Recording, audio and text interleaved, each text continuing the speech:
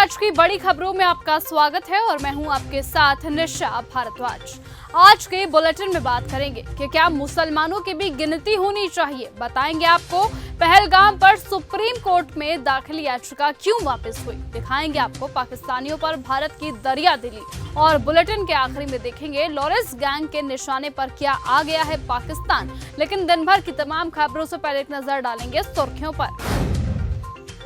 छत्तीसगढ़ में NSS camp के दौरान जबरन नमाज मामले में जीजीयू प्रोफेसर हुए गिरफ्तार। ये अर्जी दाखिल करने का वक्त नहीं है। सुप्रीम कोर्ट ने पहलगाम अटैक से जुड़ी याचिका पर सुनवाई करने से किया इनकार।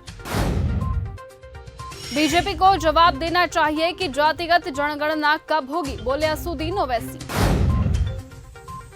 मुसलमानों की भी गिनती होनी चाहिए। श्रीनगर में जम्मू कश्मीर नेशनल कॉन्फ्रेंस के प्रमुख फारूक अब्दुल्ला ने राष्ट्रीय जनगणना में जातिगत जनगणना को शामिल करने पर कहा कि लंबे समय से इस बारे में बात की जा रही थी। शुक्र है कि कैबिनेट ने इसे मंजूरी दे दी है। इससे सबसे ज्यादा फायदा पिछड़ों को होगा। उनकी संख्या नहीं गिनी जाती थी। मुझे लगता है कि मुसलमानों की भी गिनती होनी चाहिए। हमें पता होना चाहिए कि हम लोग कितने हैं।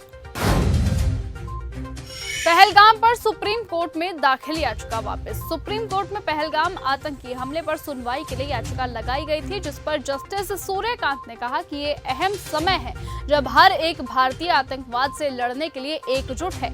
ऐसी मांग कर सुरक्षा बलों का मनोबल न गिराएं, मामले को संवेदनशीलता से देखना चाहिए। कोर्ट ने कहा कि ऐसी याचिकाएं नहीं दाखिल करनी चाहिए।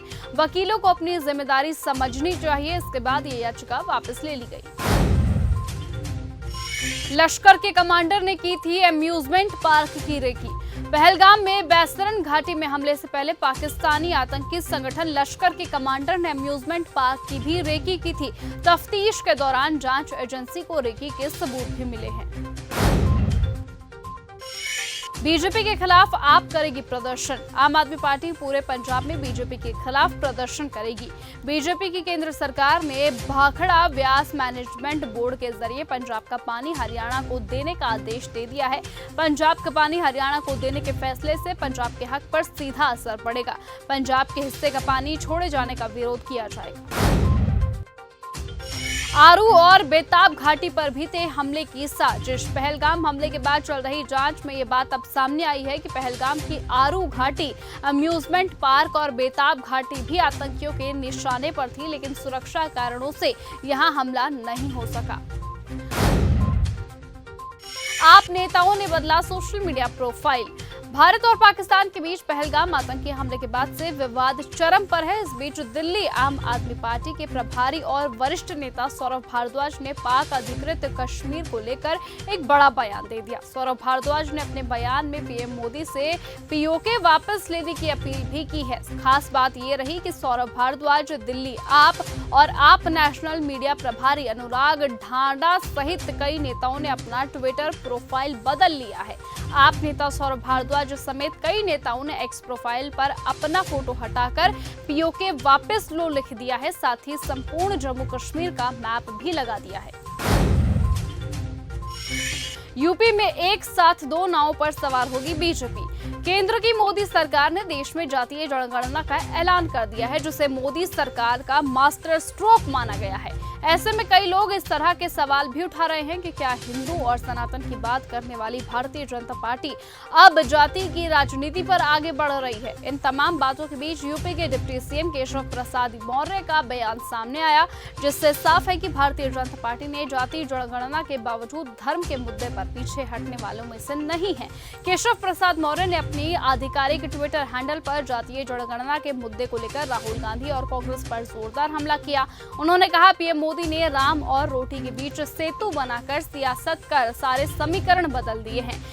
यही नहीं, उन्होंने कांग्रेस पर भी अपनी सरकार के रहते जातीय जनगणना करवा सकती थी, लेकिन तब तो राहुल गांधी के पास घूमने के अलावा कोई काम नहीं था।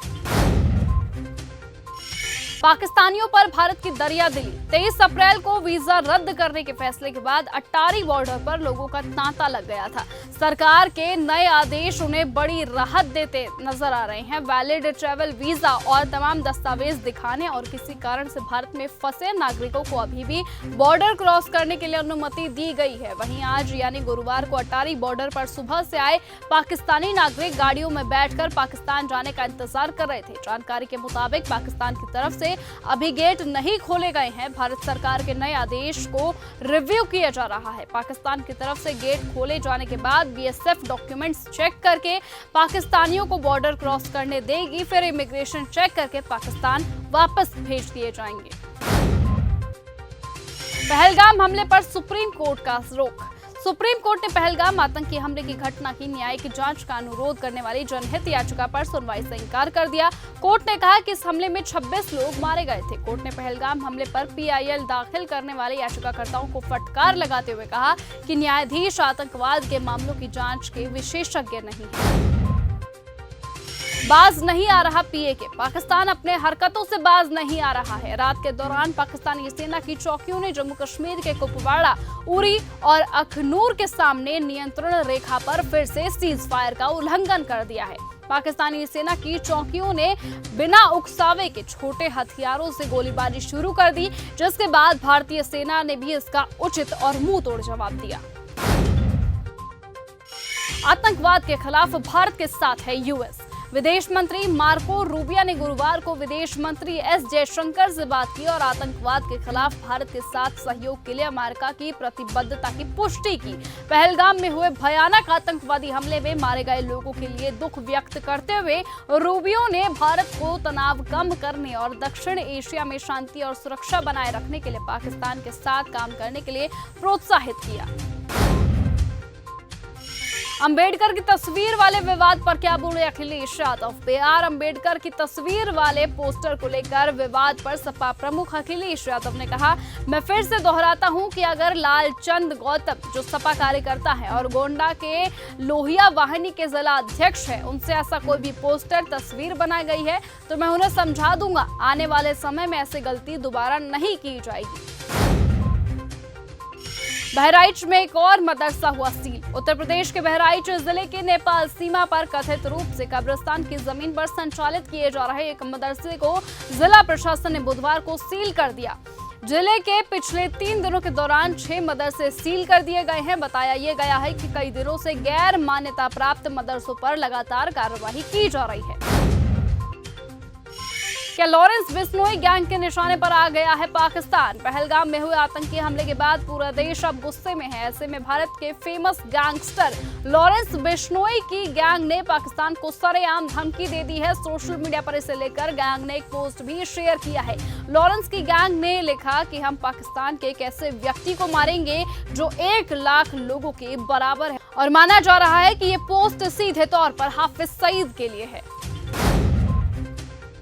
रात के सन्नाटे में कांपी पाकिस्तान की धरती। पाकिस्तान में एक बार फिर धरती कांप उठी है। रात 9:58 पर आए भूकंप की तीव्रता रिक्टर स्केल पर 4.4 मापी गई। नेशनल सेंटर फॉर सिस्मोलॉजी के अनुसार भूकंप का केंद्र पाकिस्तान के उत्तरी क्षेत्र में रहा, जहां हल्के से मध्यम स्तर के झटके महसूस किए गए। रात के सन्नाटे में अचानक धरती कांपने से कई लोग दहशत में अपने घरों से बाहर भी निकल आए। फिलहाल आज के इस बुलेटिन में सिर्फ इतना ही। देश और दुनिया की तमाम बाकी खबरों से ऐसे ही जुड़े रहने के लिए आप बने रहे और देखते रहे न्यूज़ संध्या। नमस्कार।